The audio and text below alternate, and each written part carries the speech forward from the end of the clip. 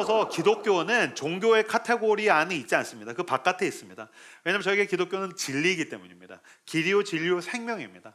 그렇기 때문에 저에게서 기독교는 종교, 엄밀하게 종교는 아닙니다. 저는 그래서 기독교는 진리로서 믿고, 저는 다른 종교에 대한 관심이 꽤 많습니다.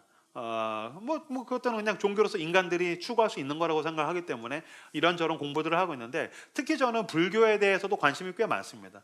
불교는 사실은 어떤 신적 대상을 신앙하는 종교가 아닙니다. 불교는 굉장히 고도화된 어떤 종교 철학에 더 가깝습니다. 그래서 창시자인 고타마 시타라타의 책들을 보면은 나를 믿으라고 이야기한 적 없고 굉장히 잘 쓰여지고 정리되어 있는 종교 철학입니다. 그래서 저는 어쨌든 그런 면에서 이제 이렇게 불교 책들을 이렇게 볼 때가 있는데, 그 무소유로 유명한 법정 스님이 있습니다. 지금은 이제 돌아가셨는데, 법정 스님의 책에서 되게 재밌었던 대목이 있었어요. 한 신문사의 기자가 법정 스님에게 질문했습니다. 당신이 스님으로서 돌을 닦으면서 당신이 가장 힘든 게 무엇인가? 스님으로서 평생 돌을 닦고 있는데 당신이 가장 힘든 게 무엇인가? 우선 얼핏 떠올려 보시죠. 뭐가 힘들까요? 그러면 우리가 한번 생각해 봤었을 때, 스님이면 고기를 못 먹으면 힘들겠죠. 그다음에 이제 연애랑 결혼을 못 하니까 힘들겠죠. 그다음에 이제 스님은 사적 재산이 없습니다. 힘들겠죠. 그다음에 이제 새벽같이 일어나야 됩니다. 우리 뭐 기독교에도 새벽 기도가 있지만, 물론 우리 교회는 새벽 기도가 없습니다만, 이렇게 뭐 5시, 6시 힘들죠. 근데 스님들은 4시 일어납니다. 되게 힘들죠. 그다음에 이제 면벽 수행, 가부좌 틀고 몇 시간씩 오죽 가만히 있으면 몸에 사리가 나오겠습니까? 되게 힘든 일이죠.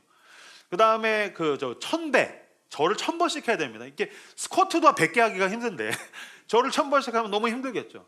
여러 가지 이제 힘든 것들을 예상할 수 있지 않습니까? 당신이 스님으로서 돌을 닦으면서 뭐가 제일 힘듭니까? 의외의 대답이 나왔습니다. 법정 스님이 이렇게 대답했습니다. 사람이 제일 힘듭니다. 예? 사람이 제일 힘들다고요? 아니, 속세를 떠났으면 그냥 혼자 산에다가 절 지어놓고 도 닦는 거 아닙니까? 그럴 줄 알고 속세를 떠났는데 그 절에 사람들이 찾아오더라는 거예요. 가치 있는 스님과의 인간관계가 너무 힘들대요. 요즘 스님 말을 안 듣는다라는 거예요. 그 다음에 이제 보살님이라고 하죠. 그 성도들, 절에 있는 성도들이 너무 힘들대요. 그래서 사람이 제일 힘들다라고 이야기했던 지점을 보면서 키득키득거리면서, 야, 결국에는 이렇게 속세를 떠나도 스님은 사람이 힘들구나라는 생각을 했습니다. 맞습니다. 여러분, 뭐가 제일 힘듭니까? 사람이 제일 힘듭니다. 진로도 힘들고 돈 모으는 것도 힘들고 이것저것 힘들겠지만 사람이 언제나 가장 힘듭니다. 그런 면에서는 오늘 주제가 꼴 보기 싫은 사람이 있어요입니다. 당신을 꼴 보기 싫은 사람은 누구입니까? 라고 했을 때 머릿속에, 마음속에 불현듯 떠오르는 누군가가 있을 것입니다. 어떤 사람이 꼴 보기 힘들까요? 제가 리스트를 몇 가지 가지고 왔습니다. 아무 이유 없이 나를 깎아내리는 사람, 그리고 나를 이용하려는 사람. 되게 싫죠. 나를 인격적으로 관계 맺거나 깊은 관계가 아니라 나를 이용하려는 사람, 너무 싫죠. 나만 빼고 다른 사람들한테는 다 잘해주는 사람. 도대체 왜 나한테 이러는 거지? 싫죠. 입만 열면 징징대는 사람. 물론 이제 교회 안에서 뭐 힘들어요, 그럼 위로해주고 공감하잖아요. 근데 어떤 사람은 그게 이제 타령 같은 사람 있잖아요. 늘 2절, 3절, 4절까지 뭐 나는 힘들어, 맨날 힘들어, 이렇게 징징대. 너무 싫다. 그다음에 이제 주는 거 없이 미운 사람, 뭐 이런 사람들. 그래서 꼴 보기 싫은 사람들이 분명히 있을 것입니다. 그랬을 때 오늘 시편 37편의 시편을 기록한 다윗도 꼴 보기 싫은 사람이 있다고 기록하고 있습니다. 그래서 불의를 행하는 사람, 악을 행하는 사람이라고 나오는데, 거기에 막 분노하고 불평하고 질투하고 막 힘들어하고 있습니다. 그런 면에서 하나님은 그 사람을 어떻게 처치해라라는 것에 대한 이야기를 하지 않으십니다. 하나님은 다윗이 꼴 보기 싫으면 돌 5개 들고 가서 골리앗 같이 작사를 내, 정수리에다가 돌을 꽂아, 이렇게 하시면 되지 않습니까? 근데 그렇게 얘기하지 않습니다. 오히려 하나님은 그 악인 앞에서 내가 어떤 마음가짐을 가져야 하는가에 대해서 하나님은 말씀하십니다. 그래서 오늘 설교의 핵심은 2가지라고 보시면 됩니다. 첫 번째, 나는 왜 그 사람이 이렇게 싫은가? 두 번째, 그리고 나는 어떻게 해야 하는가에 대해서 함께 차근차근 살펴보도록 하겠습니다. 먼저 1절 말씀 화면을 보시고 같이 읽도록 하겠습니다. 읽겠습니다. 시작. 악을 행하는 자들 때문에 불평하지 말며 불의를 행하는 자들을 시기하지 말지어다. 주변에 악을 행하는 자가 있었다는 거예요. 불의를 행하는 자가 있었다는 거예요. 꼴 보기 싫죠. 너무 밉겠죠. 여기에 대해서 불평하지 마라 라고 나와 있는데, 이 불평하다라는 말이 원어로는 하라라는 단어인데요, 하라는 불타오른다는 뜻입니다. 이렇게 burning, 막 불타오르는 거예요. 그러니까 우리는 누군가가 꼴 보기 싫으면 내 마음에서 불이 이글이글 거리게 되더라라는 거예요. 이것에 대해서 성경은 뭐라고 요구하고 있습니까? 자, 8절을 같이 보고 읽겠습니다. 시작. 분을 그치고 노를 버리며 불평하지 말라. 오히려 악을 만들 뿐이라. 그 너 속에 타오르는 불이 악을 만든다라고 이야기합니다. 이번 주에 저희 막둥이 생일이라 가지고서 그 고깃집을 갔습니다. 고기를 구워 먹는데 고기를 적정량까지 구우면 맛있게 먹을 수 있는데 이걸 오래 놔두면 시커멓게 탑니다. 불이 그걸 태워서 시커멓게 만듭니다. 마찬가지입니다. 당신 주변에 꼴 보기 싫은 사람이 있죠. 불이 계속 활활 타오르지 않습니까? 그러면 당신의 영혼이 숯덩이가 됩니다. 당신의 마음이 시커멓게 타들어가기 시작하는 것입니다. 그래서 너가 그 불을 냅두면 악을 만들게 된다라고 이야기하고 있는 겁니다. 저는 실제로 주변에서 직간접적으로 많이 봤습니다. 무슨 말이냐면요, 진짜 나쁜 놈이 있어요. 꼴 보기 싫은 놈이 있어요. 악당이 있어요. 그건 사실은 자본주의 사회에서는 내가 그 사람에게 패배감을 느끼는 걸 제일 힘들 거라고 생각해요. 그래서 우리는 돈을 벌고 싶고 힘이 생기고 싶고 높아지고 싶죠. 왜요? 안 그러면 짓밟히고 패배감을 느끼게 되니까. 아니요, 차라리 일종의 어떤 순교적 자세로서 싸우다가 패배하는 건 괜찮은 겁니다. 제일 최악이 뭔지 아십니까? 괴물과 싸우다가 내가 괴물이 되는 것입니다. 괴물 같은 놈, 진짜 악당이랑 싸우다가 어금니 물고 두 주먹 꽉 깨물고 내가 지나봐라, 그러다가 자기가 괴물이 되면 그게 가장 비참한 꼬라지가 되게 되더라는 것입니다. 그런 면에서 너의 마음속에 있는 꼴 보기 싫은 사람과 악당에 대한 불이 계속해서 타오르면 그게 너를 괴물로 만들어. 근데 왜 그 꼴 보기 싫은 사람에게 너의 마음과 너의 삶의 주도권을 빼앗기겠니? 라고 하나님은 지금 우리에게 말씀하고 계시다는 것입니다. 그럼 여기서 한 발 더 들어가 보도록 하겠습니다. 왜 우리는 그런 특정한 인간에 대해서 하라, 마음이 불타오르게 되는가? 세 가지 이유로 진단할 수 있을 것입니다. 첫 번째, 거울 효과입니다. 거울 효과. 이건 이제 심리학 용어입니다. 프로젝션이라고 이야기하는데 투사라는 겁니다. 그러니까 심리학자들은 무슨 얘기를 하냐면요, 누군가를 봤었을 때 꼴 보기 싫은 이유는 그 사람에게서 내 모습이 보일 때 너무 싫더라라는 거예요. 내 모습이 보이는데 왜 싫을까요? 잘 생각해 보세요. 누군가 꼴 보기 싫은 사람을 스스로 그 자기의 감정과 심리를 잘 살펴보세요. 왜 그 사람이 그렇게 싫으냐? 내 속에 있는 그 모습. 근데 나는 그걸 눌러요. 표현하지 않아요. 근데 그 인간이 그걸 드러내요. 너무너무 싫은 거예요. 예를 들어 볼까요? 게으른 사람을 싫어하는 사람이 있어요. 게으른 사람은 왜 싫을까? 그냥 지가 게으른 거잖아요. 근데 나도 게으르고 싶고 눕고 싶은데 나는 그걸 꾹꾹 누르고 열심히 살거든. 근데 한 인간이 대놓고 게을러. 저 인간은 너무너무 게을러. 꼴 보기 싫어. 왜 맨날 누워있어? 그게 미운 겁니다. 뭐 하는 거죠? 투사입니다. 프로젝션. 그 사람 속에 있는 내 모습이 싫은 겁니다. 제가 아까 말씀을 드렸죠. 누군가가 징징대는 게 싫어요. 왜 징징대는 게 싫을까요? 나도 힘들어서 징징대고 싶은데 그걸 내가 누르고 있거든요. 근데 한 인간이 힘들다는 걸 계속 타령같이 나는 힘들어, 맨날 힘들어, 징징대요. 그러니까 그게 꼴 보기 싫은 거죠. 저거 왜 이렇게까지 티내는 거야? 나는 괜히 참고 있는 줄 알아? 너도 좀 가만히 있으라고. 그 내가 속에 은밀하게 숨기고 싶어하는 모습이 대놓고 드러날 때 싫어하게 되더라는 것입니다. 그런 면에서 당신 누군가 싫어하는 모습이 왜 싫어요? 그 사람 속에 있는 내 모습이 싫은 거예요. 그러니까 여기까지 오면 제가 어떤 생각이 들었냐면요, 결국에 인간이 가장 싫어하는 인간은 자기 자신인 것입니다. 그래서 사실은 그 사람 속에 있는 내 모습을 보면 꼴 보기가 싫어지고 그 사람 속에서 하나님의 형상을 보면 우리는 사랑할 수 있다는 거죠. 자, 두 번째, 왜 꼴 보기 싫을까요? 공정 감각입니다. 공정해야 된다. 무슨 말이냐면요, 우리는 우리 마음속에 세상은 공정해야 돼 라고 생각하는 거죠. 근데 한 인간이 비열해요. 근데 잘 풀려요. 말도 안 돼. 저거 너무 꼴 보기 싫어. 누군가가 게을러. 근데 잘 풀려요. 이거 말도 안 돼. 너무 꼴 보기 싫어. 한 인간이 죄인이에요. 한 인간이 곤모 술술 썼어요. 근데 막 잘 풀린 것 같아. 너무 꼴 보기 싫은 거죠. 왜요? 공정해야 되잖아요. 근데 여러분, 공정해야 된다는 이 공정 감각은 정의로움으로서 하나님께서 우리의 마음에 세팅해 주신 것입니다. 이건 나쁜 게 아닙니다. 근데 뭐가 나쁩니까? 공정해야 되는 것에 대해서 심판하는 심판자의 자리에 내가 올라가는 게 잘못된 것입니다. 그래서 우리는 누군가를 쉽게 꼴보기 싫어하게 되더라는 거죠. 자, 세 번째가 있습니다. 위협감입니다. 꼴보기 싫어하는 감정의 속에 기저에는 불안감이 있기 마련입니다. 그러니까 누군가가 왜 꼴보기 싫으냐면요, 저 사람이 잘 되면 내가 왠지 밀릴 것 같아요. 그럼 꼴보기 싫죠. 그러니까 저 사람이 막 인정받아요. 그럼 내가 받아야 될 인정을 못 받고 저 사람이 인정받으면 내가 무시받게 될 것 같을 때 우리는 꼴 보기 싫어하더란 거예요. 그러니까 누군가가 내 무언가를 위협하는 것 같이 느껴질 때 우리는 꼴 보기 싫더라는 겁니다. 그런 면에서 지금 거울 효과, 공정 감각, 위협, 누군가가 꼴 보기 싫을 때 내가 지금 왜 꼴 보기 싫어하고 있어요? 그게 내가 살아남는 방법인 겁니다. 여러분 반대도 있습니다. 저는 제가 꼴 보기 싫어하는 인간들, 저 인간들 저 왜 저러고 앉았지? 라고 생각하다가 제가 어느 순간인가 느낀 게 있습니다. 그 인간이 왜 그러고 다니는지 아십니까? 제가 지금 인간이라고 얘기했죠. 사람이 좋아하는 사람은 사람이라고 이야기하고 꼴 보기 싫으면 인간이라고 합니다. 저놈의 인간, 저 인간은 저 왜 저 모양이야. 근데 여러분 잘 생각해 보십시오. 그 인간도 살려고 다 그러는 겁니다. 그러니까 내가 꼴 보기 싫어하는 놈도 지가 지 딴에는 살려고 그러는 거고, 그걸 꼴 보기 싫어하는 나도 내 딴에는 살려고 하는 건데, 내 속에 있는 하라, 불이 우리 모두를 다 불태워서 고통스럽게 만들어가고 있다는 겁니다. 근데 여러분, 꼴 보기 싫어하는 사람, 지나가다가 우연히 마주친 사람 꼴 보기 싫어하는 사람 있습니까? 그렇지 않습니다. 다 근거리에 있는 사람이 꼴 보기 싫어서 힘든 겁니다. 그러면서 지금 우리가 교회에서 예배 드리지 않습니까? 이 교회에서 당신이 꼴 보기 싫어하는 사람은 누구입니까? 아마 그게 여러분들의 스스로를 되게 힘들게 만들 겁니다. 그러니까 이게 바깥에 상관없는 데 있으면 멀리 있으면 뭐 괜찮은데, 이게 막 연애했더니 연인이 너무 꼴 보기 싫어요. 저 실제로 신방하면서 많이 들었어요. 목사님, 그 오빠 진짜 근사한 줄 알았는데 밥을 먹으면서 소리를 너무 많이 내요. 막 이런 것도 막 쩝쩝쩝, 아 너무 꼴 보기 싫다 그러든지, 뭐 연인이 꼴 보기 싫다 그러든지. 결혼해 보십시오. 배우자가 꼴 보기 싫어지는 겁니다.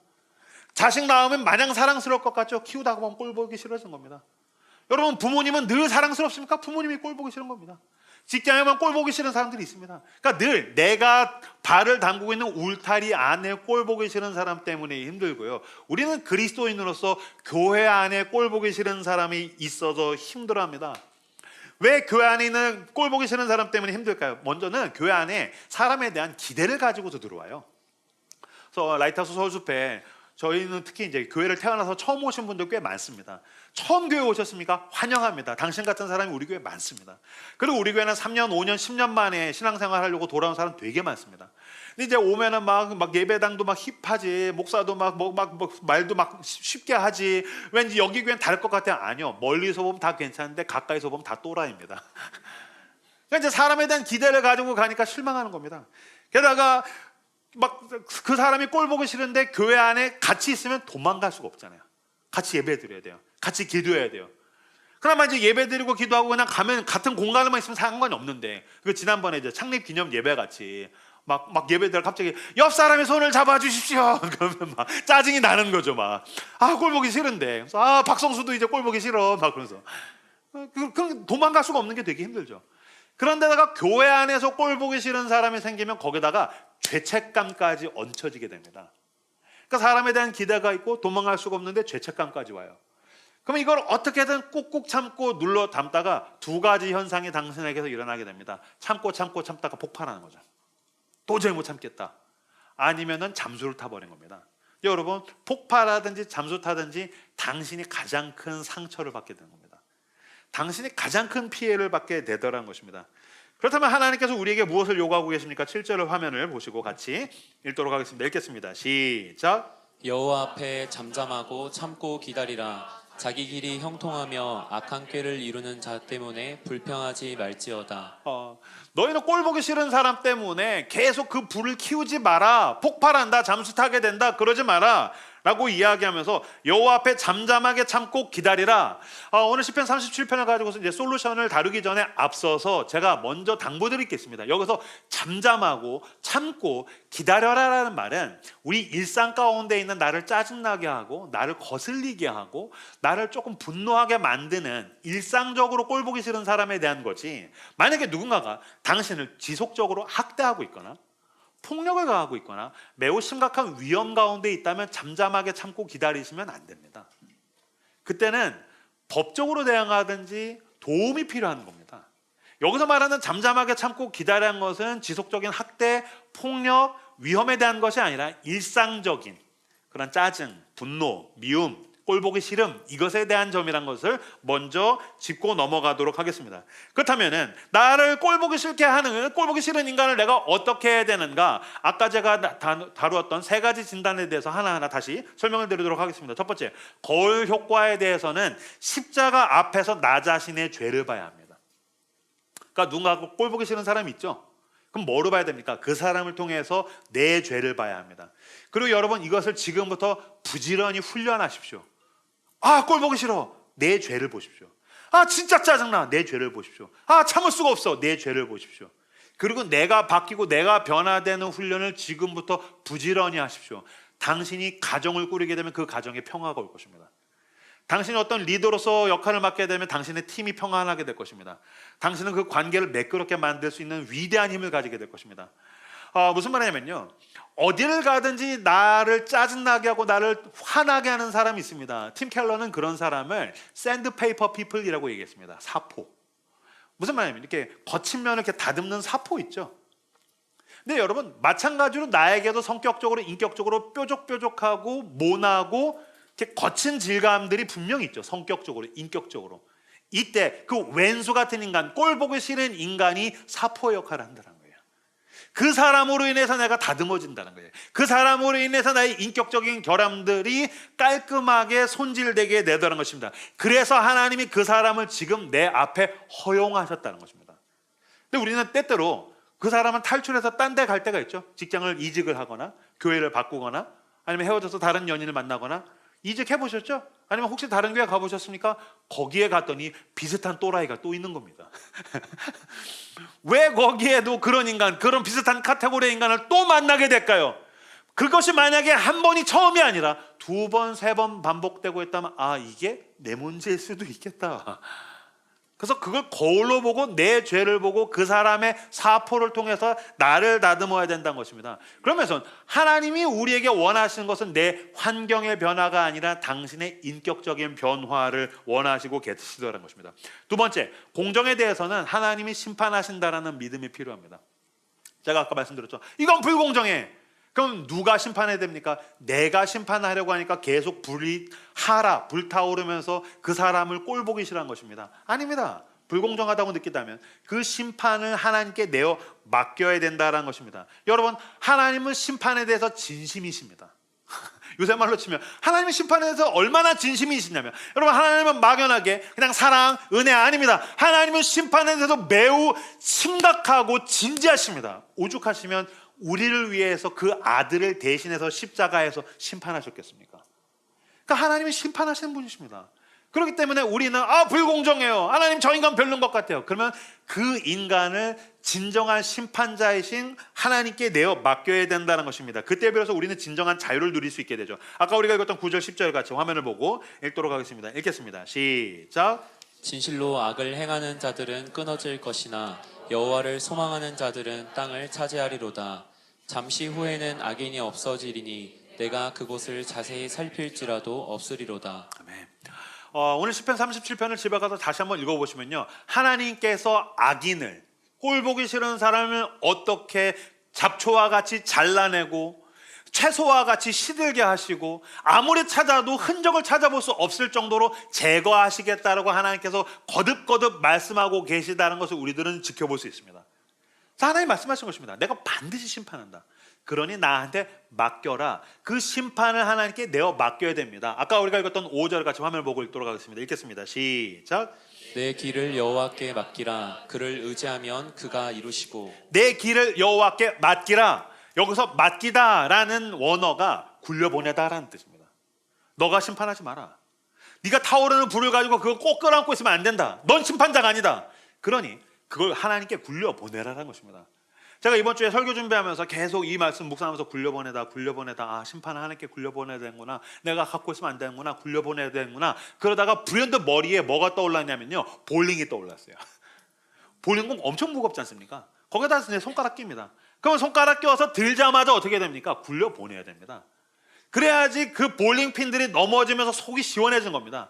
근데 누군가가 손가락을 껴서 들고 있는데 그걸 계속 소중하게 간직하고 있다고 생각해보세요. 볼링핀 나는 굴려보내고 싶지 않아. 내가 지고 싶어. 그럼 무거운 거죠. 이 무게를 내가 감당하기 힘들죠. 그럼 내가 손가락이 저리기 시작할 겁니다. 어쩌면은 악력이 약한 사람은 손가락이 부러질 수도 있습니다. 마찬가지입니다. 그 꼴 보기 싫은 사람에 대한 무거운 마음의 짐을 왜 계속 움켜쥐고 있습니까? 굴려보내는 겁니다. 하나님 심판하십시오. 그럼 스트라이크! 시원하게 될 것입니다. 당신의 억울함을 굴려 보내십시오. 당신의 상처를 굴려 보내십시오. 당신의 마음을 굴려 보내십시오. 당신의 심판을 굴려 보내십시오. 하나님께서 반드시 심판하실 것입니다. 그럼 나는 그 짓을 비로소 시원하고 자유로운 마음을 가질 수 있게 되더란 것입니다. 너의 길을 여호와께 굴려보내라, 맡겨라. 그를 의지하면 그가 이루실 것입니다. 세 번째, 위협감에 대해서는 하나님이 나를 지키신다라는 믿음을 가져야 됩니다. 누군가 꼴 보기 싫은 건 그 사람이 나를 위협하기 때문이죠. 두 번째, 공정감각에 대해서 하나님이 심판자로 간다면, 세 번째, 위협감에 대해서는 하나님이 해결사이십니다. 그 당신이 해결 못합니다.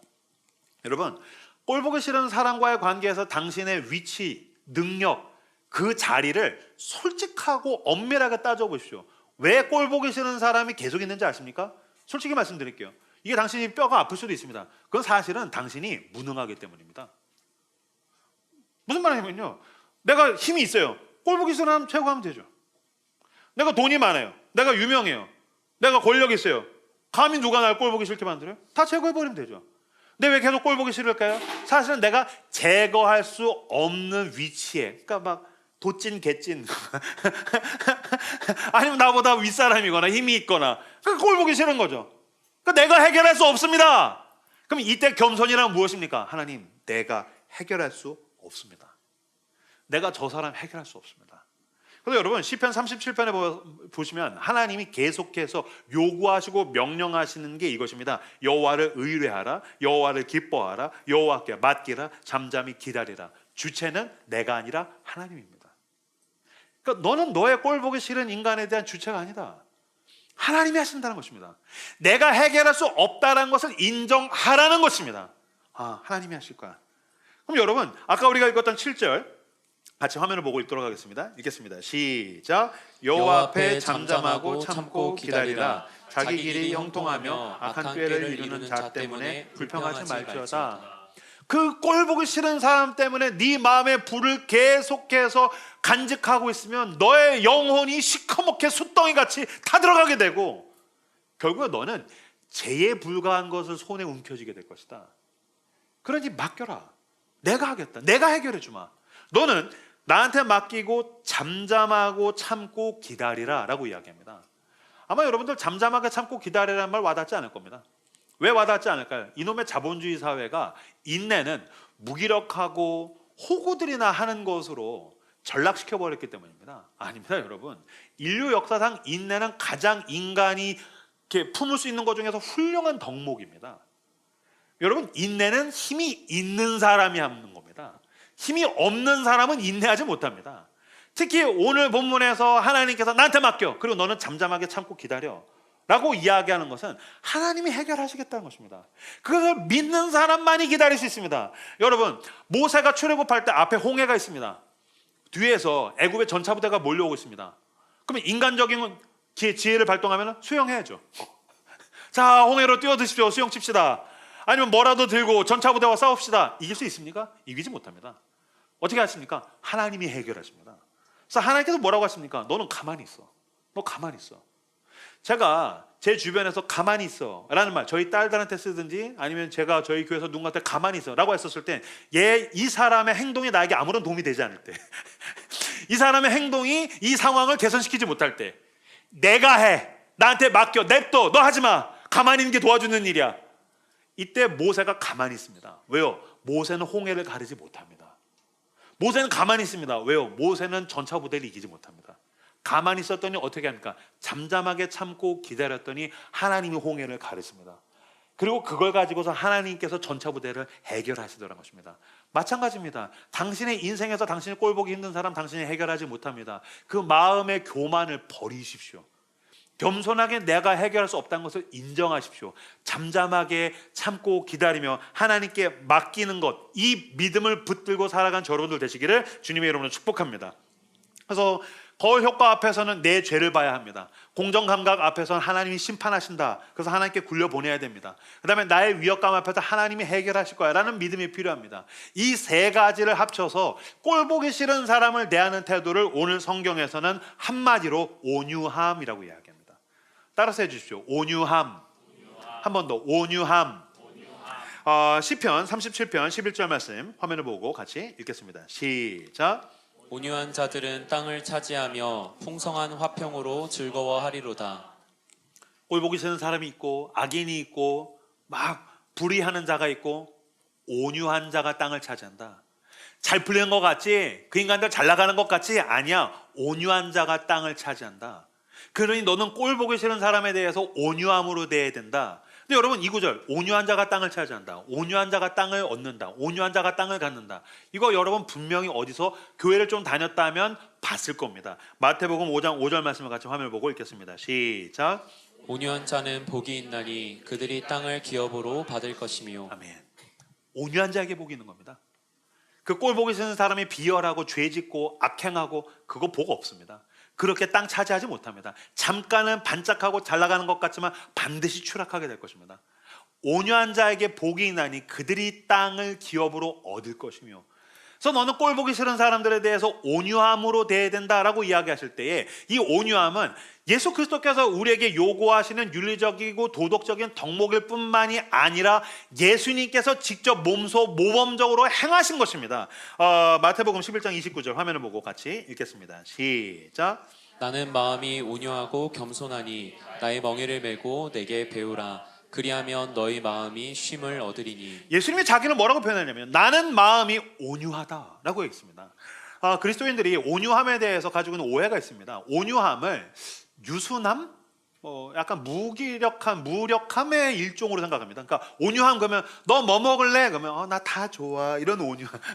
너무 재수없네요. 네가 좋아. 뭐 이런 거 이렇게 이런 거 그건 느끼함이군요. 그러니까 온유함이 뭐 그냥 뭐 이래도 흥 저래도 흥 뭐 다 좋아. 부드러움. 약간 좀 그거는 약한. 우리 그렇게 생각합니다. 그렇지 않습니다. 온유함을 나타내는 원어는요 야생마를 길들이다라는 뜻입니다. 야생마가 얼마나 힘이 있습니까? 근데 이거 길들이지 않으면 농가밭 다 짓밟고 다니면 엉망진창으로 만들어버린 겁니다. 이때 길들여진 야생마가 온유함입니다. 그러면 야생마가 길들여진 뭐가 될까요? 명마가 되겠죠. 가라고 하면 미친 듯이 달려가고 멈추라고 하면 멈추는 겁니다. 이게 온유함입니다. 이 온유함은 또 원어에서 어디서 썼냐면요 약을 제조할 때 썼습니다. 약에서 어떤 성분이 과하면 독이 됩니다. 과유불급인 겁니다. 이때 적정량의 약을 온유함이라고 얘기했습니다. 그러니까 여러분 온유함은 무력함이 아닙니다. 온유함은 통제된 강력한 힘입니다. 온유함이 뭐라고요? 통제되어 있는 강력한 힘. 이것을 온유함. 그러니까 예수 그리스도께서 나는 마음이 온유하다라고 이야기했었을 때 여러분 예수 그리스도는 어떤 분이십니까? 하나님이십니다. 그는 온 세상을 창조했습니다. 그러니까 그는 온 우주에서 가장 강력한 분이십니다. 근데 그는 겸손하다 가장 낮은 자리로 오셨죠. 그가 인간을 구원하기 위해서 이 땅에서 활동하실 때 수많은 꼴 보기 싫은 사람들이 예수 그리스도를 둘러싸고 있습니다. 어떤 인간들이 있습니까? 그를 질투하는 종교 지도자들, 험담하고 함정에 빠뜨리려고 하는 바리새인들, 얼마나 꼴 보기 싫겠습니까? 게다가 여러분 예수 그리스도랑 교리로 논쟁을 하는 인간들 얼마나 한심합니까?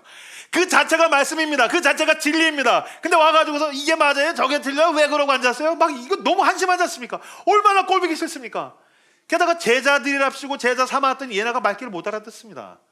얼마나 꼴 보기 싫습니까? 게다가 말귀만 못 알아듣는 게 아니라 그 중에 하나는 은 30냥에다가 가룟 유다는 예수님 팔아 넘겼습니다. 게다가 예수님이 사람들을 구원하려고 십자가에서 죽으셨는데 그때 와가지고서 조롱합니다. 여러분 한번 의로운 일, 선한 일을 계획해 보십시오. 그리고 한번 행동해 보십시오. 어떻게 되는지 아십니까? 필연적으로 당신은 억울해집니다.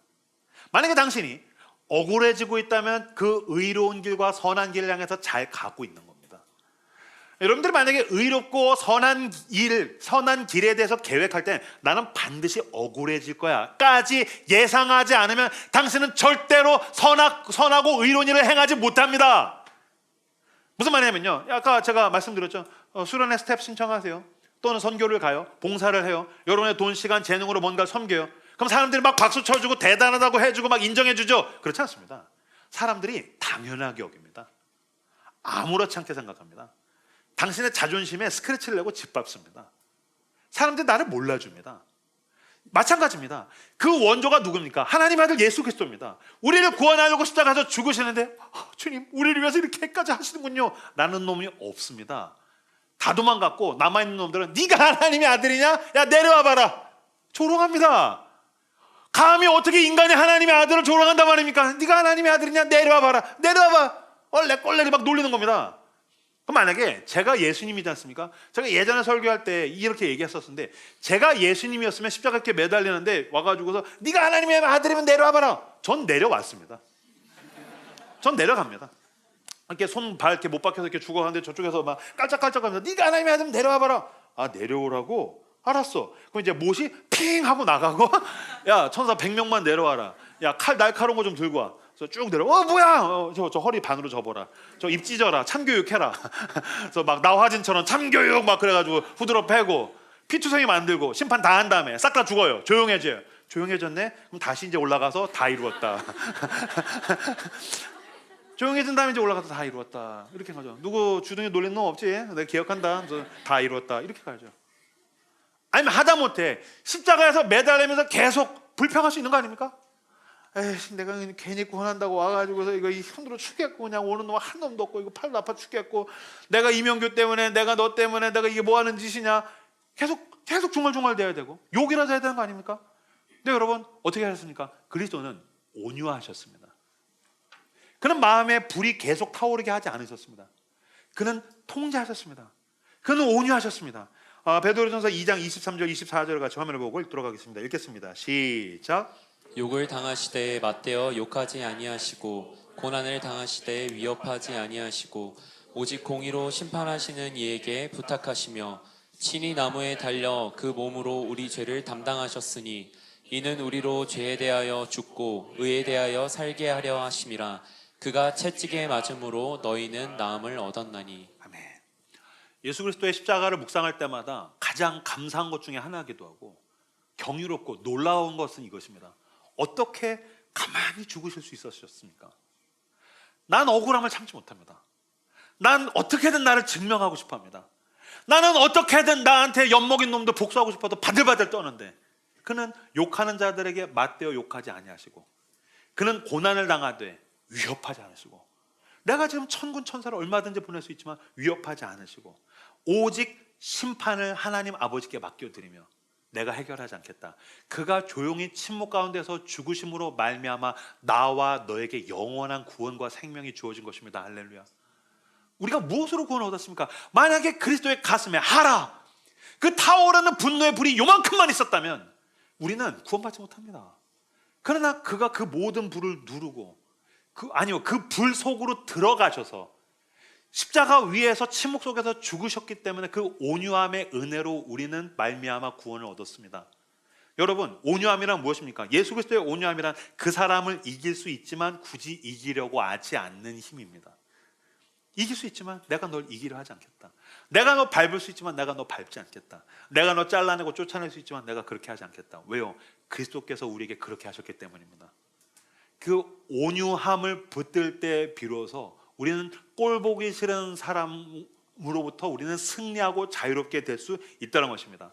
우리는 여전히 꼴보기 싫은 사람이 제거되길 원합니다. 하나님, 저 사람 너무너무 꼴보기 싫어요. 제거해 주세요. 하나님, 꼴보기 싫은 사람들 다 제거해 주세요. 꼴보기 싫은 사람들 다 심판해 주세요. 제가 만약에 오늘 저녁에 집에 가서 하나님, 우리 교회에서 꼴보기 싫은 사람을 제거해 주세요. 그러면 이명규가 뿅 사라져야 합니다. 왜요? 꼴보기 싫은 사람의 카테고리엔 반드시 이명규가 있을 것이기 때문입니다. 내가 꼴보기 싫은 사람이 있겠지만 하나님도 내가 얼마나 꼴보기 싫으셨겠습니까? 생각해 보세요. 여러분들이 노력했는데 여러분의 프로젝트 누가 공 가로채요. 진짜 짜증나죠? 진짜 꼴보기 싫죠? 마찬가지입니다. 하나님 온 세상을 지으셨습니다. 하나님이 주인입니다. 하나님이 당신을 창조하셨습니다. 당신의 지혜, 만약에 당신에게 지능이 있다면 그건 하나님이 주신 겁니다. 당신에게 재능이 있다면 하나님이 주신 겁니다. 당신에게 건강이 있다면 하나님이 주신 겁니다. 당신에게 있는 모든 선한 것은 하나님이 주신 겁니다. 근데 마치 지가 주인인 양 행세해요. 지가 잘난 것처럼, 그게 자기 거인 것처럼 하나님이 얼마나 꼴보기 싫겠습니까? 제거해달라고? 오케이, 제거해줄게. 아니요, 하나님이 제거하지 않으셨습니다. 오히려 하나님은 그 아들을 십자가 위에서 대신 매다셨습니다. 아까 우리가 읽었지만 베드로전서 2장 21절에서 25절을 제가 읽어드리겠습니다. 이를 위하여 너희가 부르심을 받았으니 그리스도도 너희를 위하여 고난을 받으사 너희에게 본을 끼쳐 그 자취를 따라오게 하려 하셨느니라. 그는 죄를 범하지 아니하시고 그 입에 거짓도 없으시며 욕을 당하시되 맞대어 욕하지 아니하시고 고난을 당하시되 위협하지 아니하시고 오직 공의로 심판하시는 이에게 부탁하시며 친히 나무에 달려 그 몸으로 우리 죄를 담당하셨으니 이는 우리로 죄에 대하여 죽고 의에 대하여 살게 하려 하심이라. 그가 채찍에 맞음으로 너희는 나음을 얻었나니 너희가 전에는 양과 같이 길을 잃었더니 이제는 너희 영혼의 목자와 감독 되신 이에게 돌아왔느니라.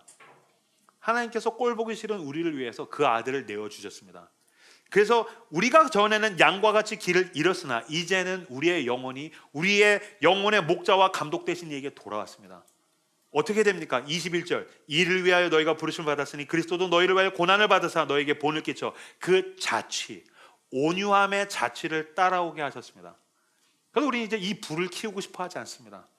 우리는 이 불이 성령의 기름 부심으로 꺼지게 되길 원합니다. 그리고 나는 그 온유하신 그리스도를 따라가기를 원하게 되더라는 것입니다. 내 속에 있는 불이 내 영혼을 불살아서 소멸하게 되고 내가 미워하는 사람도 죽게 만들 수 있습니다. 나는 그것을 선택하지 않을 것입니다. 나는 그리스도의 온유함을 선택하기 원합니다. 이것이 나를 구원했고 이 온유함을 붙들고 따라갈 때 이 온유함으로 인해서 나와 너와 우리 모두가 살아나게 되기를 우리 주 예수 그리스도의 이름으로 축복합니다. 그렇다면 이 복음을 받아들이는 사람, 온유함을 원하는 사람은 꼴보기 싫은 사람을 향해서 어떻게 됩니까? 제가 아주 구체적으로 말씀드리겠습니다. 매일 꼴보기 싫은 사람을 위해서 열심히 간절히 기도하십시오. 역시 목사는 뻔한 이야기를 하는구나. 꼴보기 싫은 놈을 위해서 기도하는 거구나. 아니요, 그거 뻔하지 않습니다. 말은 뻔한데 실제로 해보면 효과는 엄청나기 때문입니다. 그래서 저는 진짜 왼수같이 꼴보기 싫은 사람을 위해서 기도하는 게 어떤 힘을 가지고 있는지를 저는 경험했습니다. 제일 먼저 그 힘을 경험한 것은 예수를 믿은 지 얼마 안 돼서입니다. 저는 24살에 군대에서 회심했습니다. 군대를 늦게 갔어요. 24살에 2등병 짝대기 하나 달고 갔더니 저랑 1년 고참, 저희 부대의 이제 바로 선임인데 1년 고참인데 상병이었었거든요. 이 사람이 나보다 2살 어린 거예요. 근데 이 사람이 저를 어마어마하게 괴롭히고 갈궜었어요. 어느 정도냐면 자려고 누우면은 최소한 2-30분은 갈궈요. 잘 때까지. 자기가 졸릴 때까지. 자기가 잠이 안 오면 계속 갈궈요. 그래서 야, 졸리나? 아주 편하다. 눈 떠라. 막 갈궈요. 막 그 숫자로 된 욕 있지 않습니까? 뭐 2, 5, 10, 막 2, 9, 18, 막 이런 거면서 막 욕을 해요. 막 이놈 저놈 막 애새끼 소새끼 막 계속 그렇게 해요. 그러다 삘 받지 않습니까? 야, 일어나, 따라와. 화장실로 데려가서 화장실 구석에다 저 세워놓고 1시간 반을 갈구는 거예요. 그 왜 이렇게 갈거나 그랬더니 제가 교회를 가면 지 양말을 빨 사람이 없는 거예요. 제가 교회를 가면은 지 속옷 빨 사람이 없고 제가 해야 될 일을 교회가 1시간 동안 지한테 하게 했다고 해서 막 갈구는 거예요. 하여튼 그리고 그냥 갈구고 싶은 거예요. 자기도 그렇게 갈굼을 받았다라는 거예요. 그러니까 내가 받았으니까 네 갈구하면서 계속 갈궈요. 이 사람 나 너무 힘든 거예요. 근데 제가 때마침 회심한 지 얼마 안 됐고 너무너무 놀랍고 감사하게 저에겐 순진한 믿음이 있었어요. 여러분, 믿음은 순진할수록 고귀한 것입니다. 때 묻으면 그거 좋은 믿음 아닙니다. 믿음은 진짜 순진한 믿음이 좋은 믿음입니다. 제가 얼마나 순진했냐면요, 그 왼수 같은 놈이 너무 힘든데 목사님 앞에서 설교하시는데 원수를 사랑하라고 하시는 거예요. 제가 얼마나 순진했냐면 그걸 믿음으로 받았어요. 원수를 사랑하라고. 그치? 내가 그리스도의 원수였는데, 내가 하나님께 원수였는데 하나님 나 사랑하셔서 그 아들을 주셨지. 나도 원수를 사랑하겠다. 그럼 내가 구원을 못 받았을 테지. 나에게 이 은혜가 있으니까 나도 원수를 사랑하겠다. 근데 이놈 원수가 막 해요. 그러니까 어떻게 될까? 그래서 그 사람을 위해서 기도하기 시작했어요. 기도해야겠다가 아니라 진짜 나는 매일 간절히 열심히 기도하기 시작했어요. 첫 번째, 그 왼수를 위해서 기도하다 보니까 첫 번째, 고자질하는 기쁨이 있더라고요. 하나님, 그 새끼 진짜 나쁜 놈이에요. 하나님, 저 인간 지옥 갔으면 좋겠어요. 하나님, 저 놈 지옥 가게 해주세요. 저놈 진짜 나쁜 놈이 나한테 이렇게 했어요. 이렇게 갈궜어요. 나 괴로웠어요. 너무 힘들어요. 고자질하는 기쁨이 있더라고요. 근데 여기서 끝나면 기도가 아닙니다. 기도가 더 깊어지다 보니까 거울 효과, 내가 보이기 시작하더라고요. 내가 미워하는 그놈 말고 그 사람을 통해서 하나님이 나를 보여주기 시작했어요. 그 사람 입장에서 내가 밉겠다. 그 사람 입장에서 내가 싫을 수 있겠다. 그 사람 입장에서 내가 뭔가 참 무능하고 내가 뭔가 마음에 들지 않을 수도 있겠다. 그 사람 입장에서 내가 죄인일 수도 있겠구나. 내가 보이니까 회개가 나오던데요. 그래서 회개하기 시작했어요. 주님, 날 용서해 주십시오. 내가 더 좋은 사람이 되게 해 주십시오. 더 헌신하게 해 주십시오. 여기서 기도가 더 깊어지니까 그 사람의 영혼이 불쌍하게 보이기 시작했어요. 이건 실로 기적이죠. 내 왼수, 나를 괴롭히는 왼수의 영혼이 불쌍하게 보인다니요. 이건 여러분 인간이 할 수 없는 일인 겁니다. 그래서 그 불쌍한 영혼에서 기도하기 시작했어요. 주님, 나는 그래도 하나님이 있고 은혜로 구원을 받았는데 그 사람은 하나님 몰라요. 하나님, 그 사람도 나처럼 구원받게 해주세요. 그 사람도 은혜를 경험하게 해주세요. 그 사람 교회 나오게 해주세요. 그 사람이 얼마나 스트레스가 많으면 저러겠어요. 저 사람 불쌍히 여겨주세요. 그 사람에서 열심히 기도하기 시작했어요. 그 사람이 변했냐? 아니요, 그 사람 변하지 않았어요. 여전히 내 앞에서 갈궈요. 근데 어느 순간에 그 사람에서 매일 기도하다가 보니까 그 사람 내 앞에서 막 갈구는데 약간 대놓고 웃을 수는 없는데 귀여운 거예요. 그래서 영혼이 불쌍한 거예요. 아, 이 사람이 뭐가 해소가 안 되니까 갈구는구나. 그래서 이 사람이 나한테 막 지랄 하면은 이 사람이 날 위해서 이렇게 들려요. 기도해줘. 날 위해 기도해줘. 내 영혼을 불쌍하게 여겨줘. 그래, 너 불쌍하다. 너 참 불쌍하다. 너 뭐 하는 거야? 아, 죄송합니다. 더 잘하겠습니다. 예, 알겠습니다. 그래서 제가 그 사람 전역할 때까지 2년 동안 기도했습니다. 내 앞에서 지랄대면 머릿속으로 왼수. 근데 놀랍죠. 내 마음에서 하라, 타오르는 불이 올라올 때 하나님께서 그 불을 의로운 오른손으로 막으셨어요. 그래서 내 마음은 그 사람을 향한 분노와 원망에 빼앗기지 않았어요. 하나님이 내 마음을 지키셔서 하나님이 내 마음엔 평안이 있게 하셨어요. 할렐루야. 그래서 2년 동안 기도했어요. 그리고 그 사람이 제대했어요. 그 사람이 제대하고 시간이 지나서 저도 말년병장이 됐어요. 어느 날 말년병장이 돼서 이렇게 빈둥빈둥 거리다가 그 사람이 집이 목포였고 윤씨성을 가진 사람이었거든요. 제가 지금 녹화가 됐는데 1부, 2부 땐 그 사람의 실명도 이름을 얘기했습니다. 그러니까 여러분, 트라우마란 건 무서운 겁니다. 20년이 지났는데 이름을 잊을 수가 없어요. 말년병장이 됐는데 그 윤땡땡 이름이 딱 생각나자마자 감당할 수 없는 분노가 올라오는 거예요. 참을 수 없는 분노, 막 살인 충동 같은 게 올라오는 거예요. 그 새끼가 나한테 이렇게 얘기했어. 그 새끼가 나한테 이렇게 해서 매일같이 날 괴롭혀서 막 몸이 바들바들 떨릴 정도로. 그래서 머릿속에서 어떤 생각이 나냐면, 아, 다음 휴가 때 목포에 가자. 걔를 죽여야겠다. 내가 그 놈을 죽여야겠다. 그래서 막 올라오는 거예요. 그래서 제가 내가 왜 이렇게까지 이 분노를 어쩔 줄 모르지? 라고 하다가 제가 그때 알았어요. 아, 내가 기도할 때 그 기도로 그 하나님이 그 사람을 변화시키지는 않았지만 내가 기도할 때에 하나님이 내 영혼을 지키셨던 거구나. 내가 기도하지 않았더니 내 마음과 영혼을 그 불에 빼앗기고 있는 거죠. 이것이 바로 기도가 가지고 있는 위대한 힘인 것입니다. 기도할 때 하나님은 그 불타오르는 자리로부터 당신을 지키십니다. 그 당신의 마음의 감옥으로부터 당신을 해방하고 자유하게 하십니다. 할렐루야. 온유함을 달라고 기도하십시오. 그리고 통제되어 있는 강력한 힘 가운데 당신이 꼴 보기 싫은 사람을 위해서 기도해서 그 마음의 평화를 이루시는 여러분들 다 되시기를 주님의 이름으로 축복합니다. 반주해 주시겠습니까?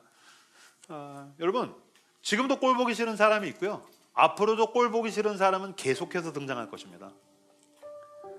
학교에도, 직장에도, 교회에도, 가정에도, 여러분이 어디를 가든지 꼴 보기 싫은 사람이 당신을 기다리고 있을 것입니다. 그러나 우리 이제 알고 있습니다. 그 사람은 나를 망치려는 사람이 아니라 나의 영혼과 인격을 가다듬는 샌드페이퍼, 사포와 같은 사람. 아, 하나님, 이 사람을 통해서 내가 내 죄를 보게 하시고 이 사람을 통해서 주님, 내가 인격의 변화와 성숙을 이루게 해주십시오. 그리고 무엇보다도 우리는 그 사람과의 관계를 통해서 복음이 얼마나 놀라운가를 느낄 수 있습니다. 나 역시 하나님 앞에서 꼴보기 싫은 죄인이었으나 예수 그리스도는 나를 포기하지 않으셨습니다. 그러므로 우리도 욕을 당하되 맞대어 욕하지 않을 수 있습니다. 우린 복음 안에서 고난을 당하되 위협하지 않을 수 있습니다. 나는 심판하지 못합니다. 심판하지 않습니다. 하나님께 굴려보내는 것입니다. 주님, 심판하시고 해결해 주십시오. 우리는 알고 있습니다. 가장 온유하신 예수 그리스도가 승리하셨습니다. 할렐루야. 그 온유한 자가 이 땅을 차지하게 될 것입니다. 그러므로 주님, 내가 온유함을 선택하고 온유함을 향해서 더 깊이 나가게 해주십시오. 마지막으로 질문하고 답을 드리겠습니다. 꼴 보기 싫은 사람을 어떻게 해야 합니까? 3절에서 6절 말씀으로 제가 답하겠습니다. 꼴 보기 싫은 사람을 어떻게 해야 하는가? 여호와를 의뢰하고 선을 행하라. 땅에 머무는 동안 분노와 짜증과 원망을 먹을거리로 삼는 것이 아니라 하나님의 성실을 먹을거리로 삼을지어다. 또 여호와를 기뻐하라. 그가 너의 마음의 소원을 너에게 이루어 주시리로다. 너의 길을 여호와께 맡기라. 그를 의지하면 그가 이루시고 너의 의를 빛같이 나타내시며 내 공의를 정오의 빛같이 하시리로다. 하나님께 굴려 보내십시오. 괴물과 싸우다가 괴물이 되지 마십시오. 하나님의 의로움과 온유함으로 승리하는 저 여러분들 되시기를 우리 주 예수 그리스도 이름으로 축복합니다.